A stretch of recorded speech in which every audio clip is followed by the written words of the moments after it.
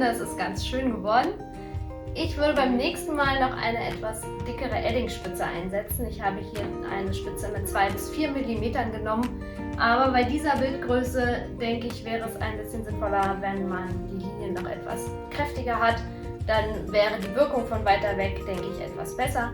Für kleinere Bilder passt die 2 bis 4 mm Spitze sicher gut. Ja, wenn euch das Video gefallen hat, dann lasst mir gerne ein Like da oder schreibt es in die Kommentare und ich freue mich, wenn wir uns beim nächsten Video dann wiedersehen.